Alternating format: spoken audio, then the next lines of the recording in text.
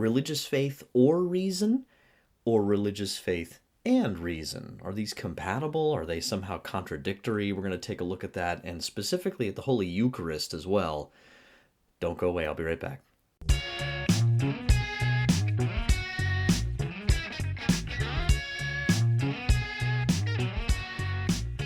Gracious Gang, it's Mike Creavey from thegraciousguest.org. All things Gracious Guest here with you as usual on YouTube or on the podcast if you're tuning in. Thank you so much for joining me here today. Before we do anything, though, I want to ask you to please make sure you subscribe to the channel, like this content, share this content far and wide with someone you think that will benefit from it, someone that you think this might help enlighten or get them asking some good questions.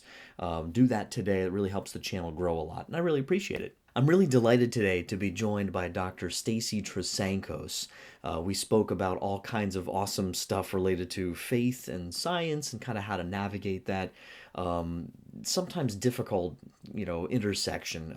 Dr. Trasancos is an increasingly well-known figure in sort of the Catholic sphere. She is a chemist by training, is her PhD in chemistry from Penn State University, and she also has really a lot of other accomplishments that she's really accruing here in the realm of theology. She has a master's degree in dogmatic theology from Holy Apostles College and Seminary. She's working on another master's degree in philosophy currently, and she is really interested in this intersection of faith and reason in a particular way. So I thought she'd be a great guest to talk to about this. Had a wonderful conversation. I think you're really going to enjoy it, so stay tuned. Here's my interview with Dr. Stacy Trasancos about faith, reason, and the Eucharist, and more. Check it out. All right, Dr. Stacy Trasancos, thank you so much for being my gracious guest today. Thank you. Thanks for having me on the show. I'm excited. Yeah, no, me too. It's funny. You never know, like when you're trying to schedule someone for something like this, just from people's schedules to, sometimes just little things you don't know of, it might be tricky to go about, getting somebody booked. I mean, I was delighted when I emailed you and you got right back to me. I was pretty happy. So, but I wanted to ask you just first off, just as far as for anyone who might not be really familiar with you, I just so you know, I didn't tell you this ahead of time. I think became aware of your work. It was probably around like 2016 or 17 when I read Particles of Faith, Yeah. and I was really right off the bat thought it was cool. I was in state college at the time. My wife was getting her PhD at Penn State. And I was like, hey, because you mentioned things about your own experience there. So that was a neat connection. But why don't you tell our viewers and listeners a little bit about just your sort of background? Okay. Yeah. So you can go look and see if that ginkgo biloba tree is still there outside of Chandler Hall. Mm-hmm.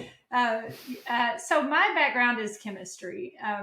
Very strong in chemistry. I mean, I was one of those kids who just really loved science as a child. And I grew up Baptist, and the short story is the Baptist faith did not have answers to the questions I started having as a teenager. There just weren't good answers. I mean, Baptists in Texas, where I grew up, don't drink alcohol. And I would have questions like, why not? I'm not trying to drink. I just don't understand because Jesus drinks. And so I left my faith behind. Like, I guess I went on the trajectory that a lot of kids do today. And I wasn't thinking that at the time, but I left my faith behind because it didn't make sense to me. Science had so many answers to questions I didn't even know I had. And I fell in love with it. I fell in love with learning to think of the world I'm looking at the atomic level, learning to look at a tree and appreciate what's going on in there at the photosynthetic level. And so I ended up going on to graduate school at Penn State, and I actually worked on artificial photosynthesis as an alternative energy source, and failed. I couldn't do what God does, and had a moment in my time at Penn State where it hit me that those trees out there are doing things we have no prayer of doing in a scientific laboratory, that there's some crazy design at the nanoparticle level that just that happens. And it prompted me to think about bigger questions, but I shut it out because I know that feeling of having the bigger questions and just saying, I want to graduate. I want to get a job. I don't really care about the bigger questions. The short story is, though, by the time I got into my 30s, I was single. I had 2 children. My personal life was a wreck, but I had my PhD and I had my big job and I had my nice house and nice car. And but I was so unhappy and so lonely. And I prayed again for the first time in my adult life. Jesus, I'm here. Give me another chance. And so I met my husband. He's a cradle Catholic, born in Cuba, led me to the faith, and was received into the church in 2006. And now I've studied theology, dogmatic theology, and I'm working on another master's in systematic philosophy, because I want to help make sense of the faith and science question. It's a legitimate question. Science seems to contradict some things in our faith, and a lot of people put too much faith in science. And so I'm trying to help out there. Yeah. No, and so what you said about the degrees you've gotten since then and you're pursuing, so it's just like you just can't get enough now, right? Right. Yeah. Well, and that's maybe, and we can maybe dig in here a little bit, because we're going to focus largely on the Eucharist here. But I did have some notes I would just sharing with you before we started too, about as a high school teacher, and personally, it's not like I don't have any questions of my own. Like we run into things people ask about evolution. Did Adam and Eve exist? Did, like, all these kinds of questions, and then how do you match this up? And you'll hear things when you're a teacher, as and like you're researching, you need to find something out for class, or some kid asked you a really good question, and then you can start to go down the rabbit hole and start to ask yourself, like, which source do I trust? Like, so this guy over here gives an explanation or a potential explanation for some seeming discrepancy between faith and reason.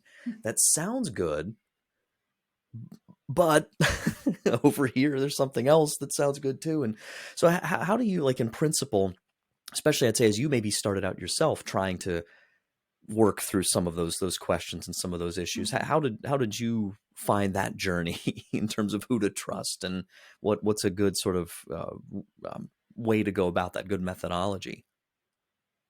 Well, for me, I'm in my 30s, and I've gone as far as you can go in chemistry. As an adult, I've attained the terminal degree. I had a job at the biggest chemical company in the world, DuPont, and and for me, it was pretty simple, because it became abundantly clear that atoms and molecules were not going to answer the biggest questions in my life that I needed answers to. I mean, this is going to sound funny, but it was actually pretty sad at the time. I'm holding my own child thinking, why do I love this bag of atoms? Like, why do I feel this way about this highly complex composite structure of atoms and molecules doing its thing? Like, I couldn't deny that feeling, but I didn't understand it. And so I finally just admitted, like, who made the trees?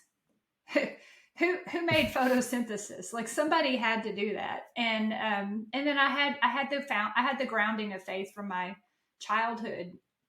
I had read the Bible 3 times as a young Baptist girl, so I had that to return to. I did fall back on that a great deal. And for me, it was just like an ascent of faith. I'm like, I'm back, God. I believe in you.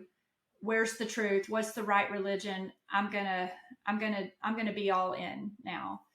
But then, to answer your question, like, the intellectual part, that came later. Like, I have a PhD. I have a doctorate in philosophy. I had never had a philosophy class in my life. I didn't even know what philosophy was. I did not know what theology was. I didn't know how the church reasoned the answers that are in the catechism, my book of answers. I was so delighted to find. I didn't know how that reasoning process went. And I wanted to learn more about it. And now that I have started learning about those 2 fields, I see a great disconnect in just the language. Like, philosophers don't know how chemists and physicists talk, and they make a lot of errors when they're trying to talk about Aristotelian philosophy. They make a lot of errors because they don't understand science, and scientists don't understand philosophy or theology. And so there's a lot of work to be done in our day and age, just if we're going to integrate those disciplines, the place I think we need to start is with the language. We need to understand what each one is saying. So I kind of, I'm 54 now. My birthday was yesterday, and I have a whole happy bunch of birthday. grandkids and 7 kids. And I just kind of, I'm working from home now, writing and doing lots of projects. I kind of see that as where I'm going to go the rest of my life, is working in that field to try to bring those disciplines more together. Because I do understand how both sides think. And there's a lot of difference there. But I sum it up with this one line: science is the study of the handiwork of God. If you I love that. Go at it like that. So whether you're a religion teacher, a science teacher, just remember that science is the study of the handiwork of God. It's scientifically accurate. It's philosophically accurate. It's theologically accurate.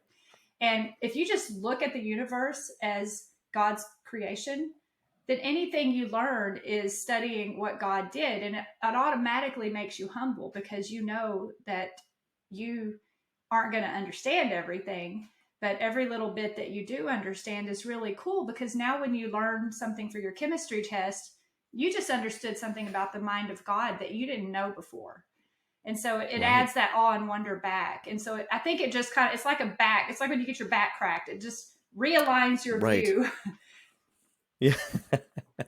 Well, and it's so, that's something that a lot of what you're saying, it really just resonates with me, that, and I'm still trying to figure this out myself, but I don't know what it was about my upbringing. Like, there wasn't anything that really I can point to in particular, but I just feel like I always had some sense. It's not that I haven't had challenges. I certainly have, but like, I just always just kind of had this, and I'm very blessed, I guess, this just kind of awareness that there's just more going on than I can see.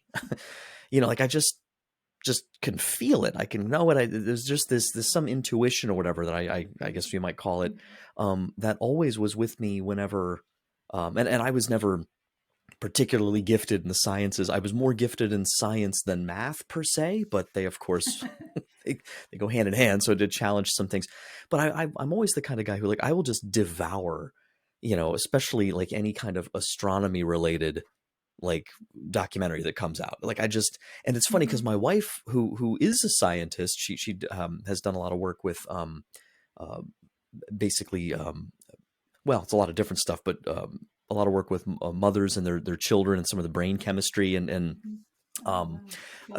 it's really cool stuff. And what's funny to me is she's just not particularly interested, for one thing, like, in the astronomy side of things.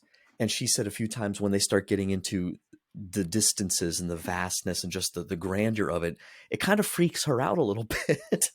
And I get that, but I always have this sense of, like, there's just so much wonder and awe just in the way everything has been made and the way it is. That's enough to keep us busy for forever, just to kind of contemplate that. But that's not the end. That all comes from somewhere. There's this consistency, there's this relationship with everything.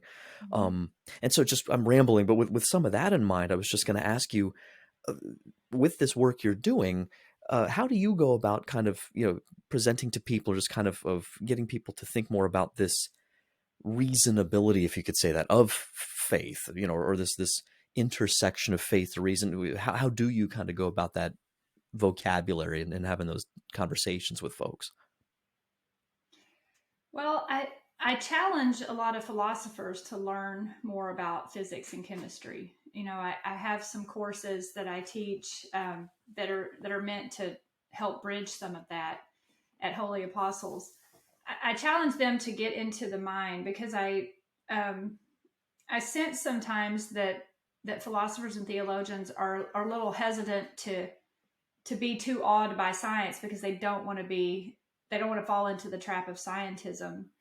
But I think it's because they don't understand, like, the amazing beauty of things that happen at the atomic level. I mean, our bodies are made of atoms that are bonded together into molecules. And these molecules, like protein molecules, they twist and bend and turn and do their thing, and are able to conduct electricity or not, depending on their structure. And it's all driven by how the electrons are going in their orbits around the nucleus. It all comes down to those electrons. And that's what quantum mechanics told us, Mm-hmm. where the electron might be and how we can understand how atoms bond together. And when you think about that at the atomic level, and you think about what it takes, I think there's like 10 to the 70, 10 with 70 zeros atoms in your body in the average 110 kilogram man. um, there's Wow. there's so much going on at the atomic level. It is mind blowing. We're not just, it changes the way you think about just breathing, because when you breathe in air, you're breathing in air molecules, nitrogen and oxygen and whatever else is in the air that we don't know about. Those molecules have been bumbling around the earth, where, and God only knows where. Every breath you take, you are participating in the universe, and God knows where all those molecules have been, but you don't. I mean, they were, the atoms were made in the stars, and here they are on Earth, and we're interacting in this Earth. And it's really amazing to think how the universe is so united. How when we, I've heard it said before, when our eyes look at the stars, it's like the stars looking back at themselves. Mm. Because Wow. we are, I've heard, Lawrence Krauss, the atheist, said we're made of stardust. Jesus didn't die for you, the stars did. Well, no, that's not how any Catholic looks at it. It's not like the stars died for us. It's like the stars went through these supernova explosions, and the atoms found their way to our planet and our solar system, and we're here right now. Mm.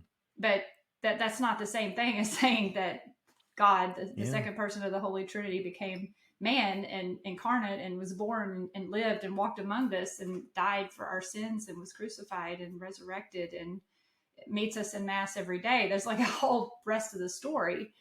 Yeah. That's the one who created the stars in the first place. So, I mean, when you have the knowledge of chemistry and physics, and you understand how crazy that stuff is that goes on at the atomic level, and then you go to mass and you think, I'm kneeling before the Lord of the whole universe Yeah. right now. It is, it's like, I don't know, I don't have the word for it. It's just, it struck me right away. Like I tell the story that I used to go to daily mass every day when I was going through my 2-year process to be received into the church for First Communion. And I had 2 toddlers, and I had a toddler and infant, and I was pregnant. Over the course of 2 years, that kind of changed a little bit because the babies were coming and growing.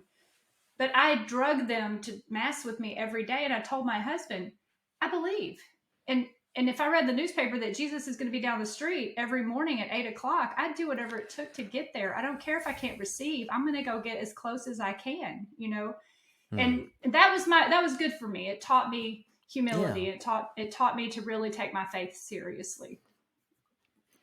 Well, and I think the key word there, humility. I mean, it's. I was just thinking about, as you're talking about the complexity of everything, on that sort of scientific level, it seems to me very reasonable to suppose that whatever, you know, whatever power or force or entity, or however, people might be wherever they're at right now, understanding that is behind all of that, would have to, I mean, you'd have to have something that infinitely powerful to be able to do something so humble as become this simple presence, before us, that can't be Mhm. reached by any kind of scientific inquiry. And let me maybe that's a good point to turn here with the Eucharist.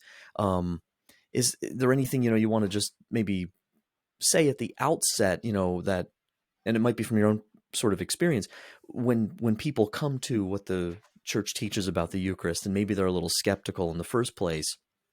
um I guess what I'm asking is how do you navigate that challenge, of here, and this, the kids are asking this too in school sometimes. Here's this thing that everything tells me is just this wafer of unleavened bread, but the church is saying this is actually Jesus.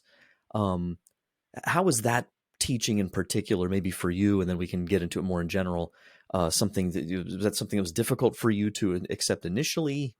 How'd you go about that? As a chemist, a substance is something that has a certain chemical structure. Water, ice, water vapor, they're all the same substance. It's all H2O. For a new substance to appear, bonds have to be broken and new bonds have to be formed. So hydrogen gas and oxygen gas are substances. H2O is a new substance, and they have their own chemical properties and their own physical properties. So transubstantiation, I did understand it, but at first I was like, you mean y'all just made that word up to explain what happened? So you created a word, but then I had to take the class on it at Holy Apostles, and I understood why that word had to be developed. Because all our words are supposed to conform to reality. All our words are supposed to articulate the truth. And so it really comes down, our faith comes down to that little word of being, is. When Jesus said, "This is my body," this is, he said, this is. He is the dictator of what substances are. He can say, this is my body. And it's not up to us. I mean, if science is the study of the handiwork of God, we look at substances and we determine what their chemical structure is, and we name them, based on what they are, what their nature is. We name them as we find them. But all we're really doing is looking at the nature of things as God created it and trying to conform scientifically to the truth. So when you have the Eucharist and you have God himself saying, "This is my body," you're done. I mean, you don't need to do a scientific investigation. God said that is his body. So you accept it, that it is, because you believe. And if you believe in someone, you believe everything that someone tells you. So for me, it was pretty simple. But I did like kneeling down, like elbow the priest next to me. I'm like, I know the atoms and molecules are not doing anything different. Like at what moment in time did that actually become Christ, and what exactly happened? Because it's just like nothing happened. And Right. and that, Aquinas has answers for that. That moment in time is there. It's a timeless instant. That there's no becoming, there's no beginning and end to the change. It just is. And it's hard for us to understand. It's kind of like an asymptote. It just is. And it took a while for me to understand that, but understanding it only made me appreciate the church more. Understanding all the heresies that were fought against, all the clarifications that were made, all the councils that had to be held, and the careful articulation of the word. I mean, if you think quantum mechanics has carefully defined terms, take a theology course on the Holy Trinity or the Incarnation, and there are words that we use very precisely there too, and they have very precise meanings. So it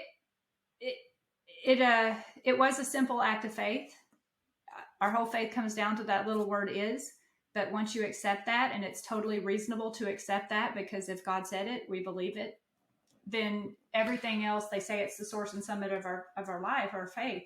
Everything else falls into place after that. You accept the teachings of the church. You accept all the other things that have been carefully defined. You get involved and help further define things in your time that need clarification. So I think it's exciting. I think it's a really good point, because I and this gets back a little bit too to the broader question about faith and reason, and this tendency for people to kind of break these apart. But I think a lot of us are kidding ourselves sometimes when, and I talk to students about this a lot too, where it's not whether or not you're going to have faith. I mean, I firmly make this case a lot that everybody has faith in something and somebody. And I'll give examples to the kids. It's like, I'll call them out in class. It's like, I'll ask what they had for breakfast that morning or how they got to school, or I'll find some sort of example. And it's like, are you an auto mechanic? Well, no. Well, how do you know that car is going to get you where you're going and not fall apart? What have you done these structural integrity tests on that vehicle to demonstrate to yourself through experiment, rigorous testing that the vehicle is structurally sound? And it's like, no, of course, nobody's done that. Most of us aren't architects. I don't know that I'm not going to get food poisoning from McDonald's on the way to, and it's just, I kind of stop after a few examples because I don't want to like have them not be able to sleep at night. But I try to show them that. And we have these conversations about, let's take a step back and just see that if you're a human being, faith is in the picture one way or the other, because it's ultimately about, who do you trust? And I think, at least in my experience, speaking for myself, I think one of the struggles, if I'm honest with myself, sometimes with certain matters of faith, might underneath all of it be because I'm afraid of being let down, or betrayed, or it's a personal kind of thing. So I don't make light of that, but I think a lot of us might be better off if we admit that to ourselves sometimes. Yeah, it's hard to have faith. I mean, faith is the substance of things unseen. And so by definition, if you see it, that's not faith anymore. That's direct sense experience, not knowledge in that way. And yeah, you're right. I mean, ask them to get out their science textbook and ask them if they believe the author or not. Right. Whoever wrote the textbook, because you have to take things on faith. And true, some things you go and test out for yourself. I accepted on faith of the authority of the textbook authors what a titration was from acid to base. I eventually did that myself in the chemistry lab, and I could see that what they said worked. But I had faith first because I had to learn what to do. I had to learn how it worked and why it worked and what it meant. So we have faith in our parents. We have faith in our leaders. We have faith in that things happen all the time that we don't see with our own eyes. And the most reasonable faith is God. I think it's just hard for people because like me in graduate school, I'm trying to simulate photosynthesis. Ha ha. I could barely get anything to work. And I talk about it in Particles of Faith. And I saw that tree, and I knew that tree, that like there was a huge chasm between what we were doing in a state-of-the-art laboratory and what that tree out there mindlessly flapping in the wind was doing. I knew there was a huge chasm of truth in between there. And I still just ignored it. I still just said, I'm not going to think about it. I wanted to graduate. I wanted to get a job. I wanted like the material things in life. You can be a materialist in more ways than one. And I just didn't have to answer those questions. And I think that happens to a lot of people. They just don't have to answer the question. They live a comfortable life. They don't have to answer the bigger questions until something really hard starts happening. Now, as a mother of 7, my kids are 33 down to 12, and I have 9 grandchildren. Wow. I have to rely on that faith all the time. Like, I know what you mean, because sometimes I don't want to surrender to God. I'm a chemist. I can control molecules. I want to control everything. If I had my way, I would control everything. I'm a control freak, and I have a great deal of anxiety trying to make my kids be virtuous. And you can't do that in any relationship. I mean, atoms bond by electrons being shared around 2 different nuclei. Souls don't bond that way. There's no rules. And it's a really hard thing for me to just have that faith. I have faith in God, but it's really hard for me to let God take over because I don't want anything bad to happen. I'm afraid God will let something painful happen in my life, and I don't want it to happen. Like with my kids, I don't want one of them to die. I don't want one of them to suffer or get into trouble with drugs or jail or anything like that. And it's real hard for me to let go and say, God loves them more than you do. You have to pray for them. Yeah. It's like, no, God, why should I trust you? Because you might let something bad happen. Just step aside. Yeah. No, that's like, and I wonder if that isn't, funny enough, it makes me think of the Eucharist again, because, you have this supreme act of love, the supreme. See, this is where you said earlier about vocabulary. I try to be careful with the word proof. And on YouTube, we have a lot of great, I got to be fair, a lot of great, commentary on a lot of the videos I've been posting lately. Sometimes not so great, but sometimes it's an opportunity to kind of, pursue something with someone, or you can see sometimes there's vocabulary in play and evidence and proof. this is a question that I continue to sort of pursue more. How do you go about that? Yeah. And so with the Eucharist, for example, you have this demonstration, I'll put it that way. We believe from faith of God's total supreme act of love for us.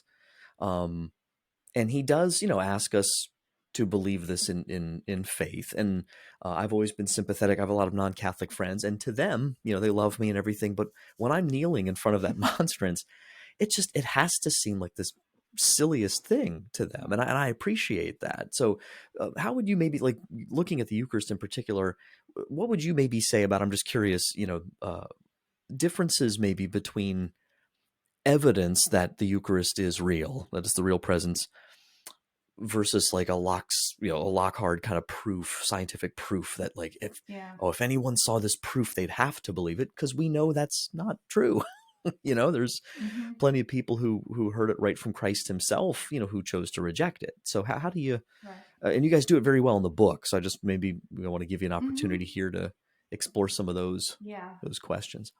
Okay. Yeah. That question about evidence and proof you're exactly right. That's another place where we don't have the same meaning of those terms. Evidence to a scientist is you design some experiments, you run some tests, and it's kind of like induction. If you have different tests pointing to the same conclusion, you have confidence that your conclusion is correct, but it always remains to be amended with further experiments. That's what the scientific method is. There are things we're very certain of in science, but a chemist usually wouldn't even say that's a fact. It's a strong theory. But I have talked to agnostics. I had a very interesting conversation. It's out there on the internet with Marcelo Gleiser, who was the 2019 Templeton Foundation winner. That's $1 million prize. It's a huge honor to be awarded that. And he won it. The Templeton Foundation is because of people dealing with questions at the intersection of faith and science. So he does think about those things. And he's a wonderful, wonderful man, great cosmologist. But we had this question, and the interviewer asked us both, ask him, like, what would it take for you to believe in God? And he said, I would need to have the evidence. If I can see some evidence, then I might consider believing. And I think that's what Bertrand Russell said, something like that too. Where's the evidence? Yeah. Yeah. My response to it, or at least how it is in my mind, that, remember I said I learned on faith what a titration is and why the color changes when the acid and base equal each other at the molarity. And, you see that color change with the indicator. I took that on faith. I went into the lab. I did it myself. I tried it on. I actually put my hands on it and gave it a chance. And I gathered my own empirical evidence that what the book told me is true. And it was just like that for me in my own life of faith. I decided to accept. It was an act of my will. I decided to accept the Eucharist is Christ, and everything else flows from that logically. And the whole catechism, it's all based on that. It all logically, it can be derived just like a physics formula. I accepted it and I learned those things. But for him, I said, look, Marcelo, it's like you're standing in the hallway and you're unwilling to come into the laboratory and do the experiment. So you're not willing to gather the empirical evidence that you need. You're not willing. If you would get on your knees and pray and go to Mass, and I didn't say all that in the interview, but I've said it to other people. Unless you try a life of faith, you don't know what it feels like to be blessed by grace and to have that certainty of faith that is a gift. Faith is a gift. But you have to ask for it and you have to want it. You have to do your part. It's not going to just come hit you over the head. Well, it might. There might be life circumstances that cause that, but that's my answer to it. You're not willing to get your evidence. Yeah. Because I have lots of empirical evidence. It's all around me that God exists. My life is full of proof every day that God's with me, that he's there giving me these blessings. And it's my job to say thank you. Yeah. Well, and it's funny because I'm thinking of, quite a scientific man himself in so many ways. Blaise Pascal, I think, said, well, first of all, his wager, which is, I think, a good version of Yeah. kind of what you're saying there, that it's like, it's, if it's not true, well, then, Yeah. I've quoted St. Paul too. I forget which exact letter it is. I've talked to students recently about this, that how it's not enough, like how Paul says it's not enough, if it's just like a nice kind of fantasy that makes us nice and kind. Like it really matters if it's true or not, and if it's not, we Mm-hmm. are of all men to be pitied, right? So I think Pascal has that thing about his wager, if it's not true, Yeah. then who cares? Like, just, you might as well live this life of kindness and charity and forgiveness, it makes things better, in the world if you do that. But, if it is true, and if it actually matters, and if there is this eternal destiny that you can miss or throw away by rejecting it, well, why would you take that chance? So I think there is something to that. Yeah. And I think it was Pascal also who said, was it something like the heart has reasons of which reason knows nothing, or something along those lines. And I've always liked that too, because it's, in reading your guys' book, that struck me, that line at the end where it's like, and maybe you can share a little bit, maybe just, I don't know if highlights, if that's fair to throw that at you, but some highlights of some of the strengths and weaknesses maybe of, let's say, digging, maybe excessively into Eucharistic miracles from a scientific perspective, as if I just find the right experiment or the right study, that will like make it a lock. What are some of the dangers of that, or what maybe rephrase it? What are the cautions maybe you'd put out there that you guys, kind of get into in the book a little bit, especially your section on some of those better known Eucharistic miracles? Yeah. Yeah. I came out in a pretty critical place about the work, the investigations done on the miracles. I wasn't expecting that. When we agreed to write the book, we just kind of envisioned that I would retell the stories of the miracles Yeah. as a chemist. But I wouldn't do that. I needed to see the data for myself, and I did a lot of work to get the data on the 3 miracles I covered. And on all 3 of them, I'm not trying to be contrary, and I really didn't want to do this, and we almost just left my part out of the book for that reason. But then it hit us, this is kind of the whole point.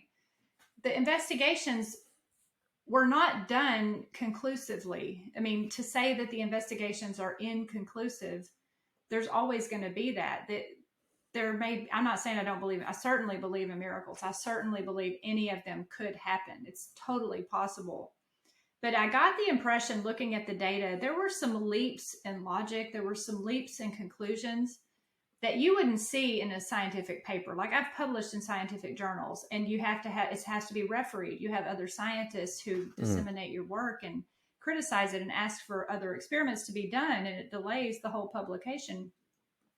There were things said about the miracles that are in books that are passed out to Catholics talking about the miracles that were stretches that wouldn't be published in a scientific journal. They wouldn't pass that muster. And it gave me this really uncomfortable, disturbing feeling that these people are reaching for these miracles like they need them to be true. Like these Eucharistic miracles have to happen just the way they're saying, because they don't really have faith. And that was like, so, I've heard things said that weren't even true. That one of the most horrifying experiences was a very popular Catholic speaker was talking to a large group of teenagers, telling that story about the World Health Organization's report that came out on the Lanciano miracles. The World Health Organization apparently said to Geneva and New York that they did 500 or so tests over 15 months, and they were compelled to admit that science has reached its limits and there must be a miracle. That was totally not true.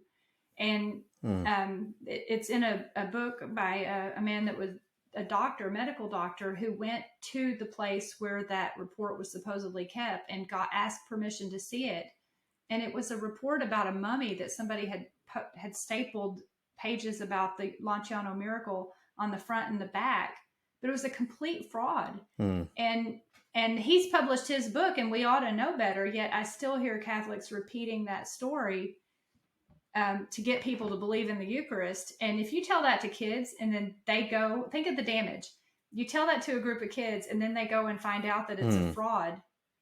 What's that going to do to their faith, their trust in the church? Yeah. So I came out in a very cautious place. Like, look, the investigations are great. The miracles totally could be true, but make sure your faith doesn't depend on them being true. Make sure that you Right. believe Christ before you need to believe science.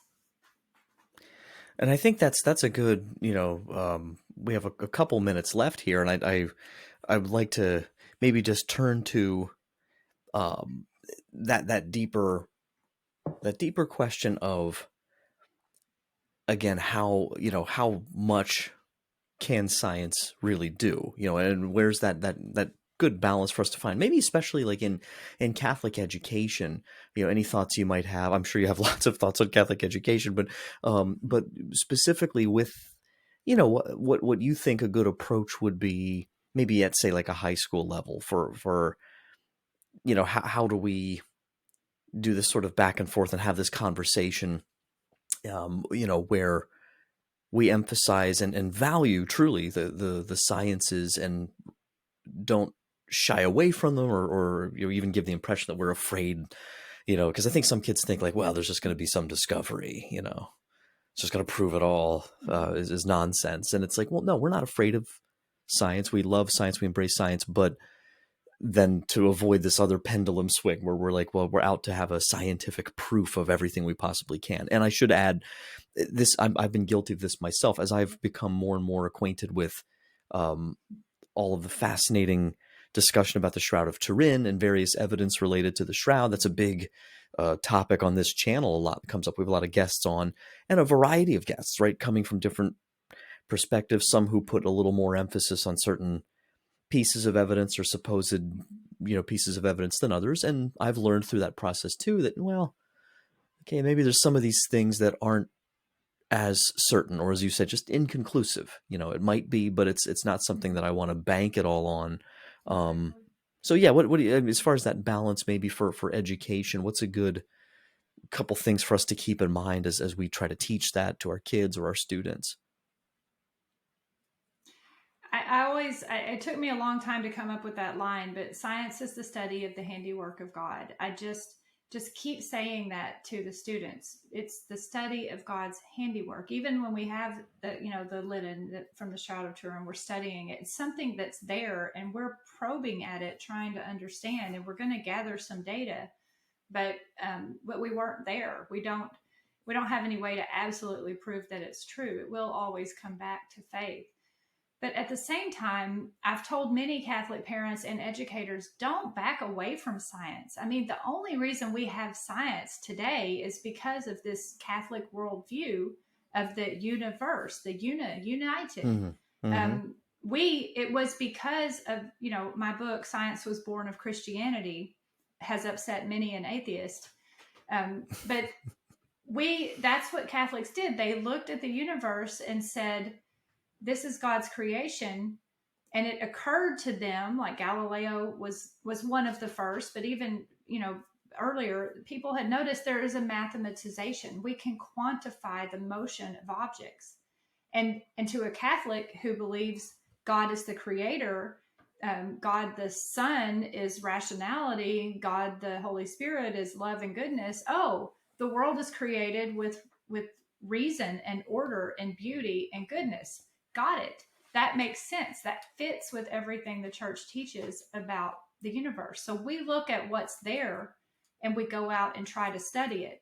Our theories and our hypotheses are striving ever more to discover what's there. But we go at it with this expectation that it's unified, that it's ordered, that it's predictable, that those laws and theories can be formed. And if you didn't have a view of the universe as ordered and good, you wouldn't even be able to do science. So it doesn't Right. make any sense to say, I'm an atheist, the universe is just here, let me go study something. It might or might not make sense. I mean, why would you even do science if that's all you Right. thought? Right. So I was just digging for I just came across this quote the other day from uh, Pope Benedict. in the much maligned Regensburg Address, which I really encourage people to actually go read and listen to, because that was a big kerfuffle back in 2000, whatever it was, 6 or 5 or 6, somewhere in there. But what he actually has to say about all this is masterful. But the line that jumped out at me was, he's talking about theology, and he says theology is inquiry into the rationality of faith.